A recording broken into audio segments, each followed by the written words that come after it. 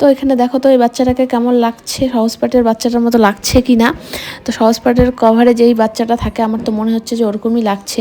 আর এখানে হচ্ছে আমি যাচ্ছি আজকে পার্লারে, তো রেডি হয়ে নিচ্ছি এখানে আমি, তারপরেই হচ্ছে যাব। তো আমার সাথে আমি একটা কথা শেয়ার করি। তো আজকে হচ্ছে আমার কাজ রয়েছে, তো ম্যাচিওর স্কিনের ওপরে মেকআপ রয়েছে, আমি কিন্তু সেটা জানতাম না। তো আমাকে আগেই বলেছিল যে এই ডেটে হচ্ছে আমরা সাজবো, সেজন্যই হচ্ছে আগেই রেখেছিল, মানে বুক করেছে আমাকে। তো আমিও হ্যাঁ বলে দিয়েছিলাম। আমি দেখিনি যে কেমন স্কিন, কেমন কি, কেমন বয়স, কোনো কিছুই দেখিনি।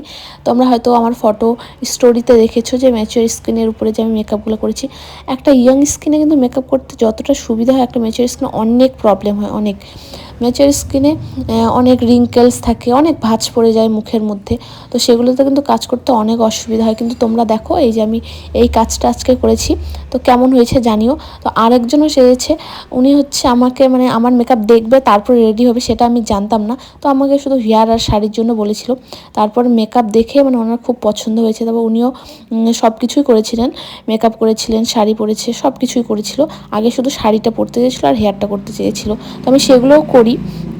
তো তোমরা জানিও আমার এই লুকগুলো কেমন হয়েছে, দুটোই অবশ্যই জানিও।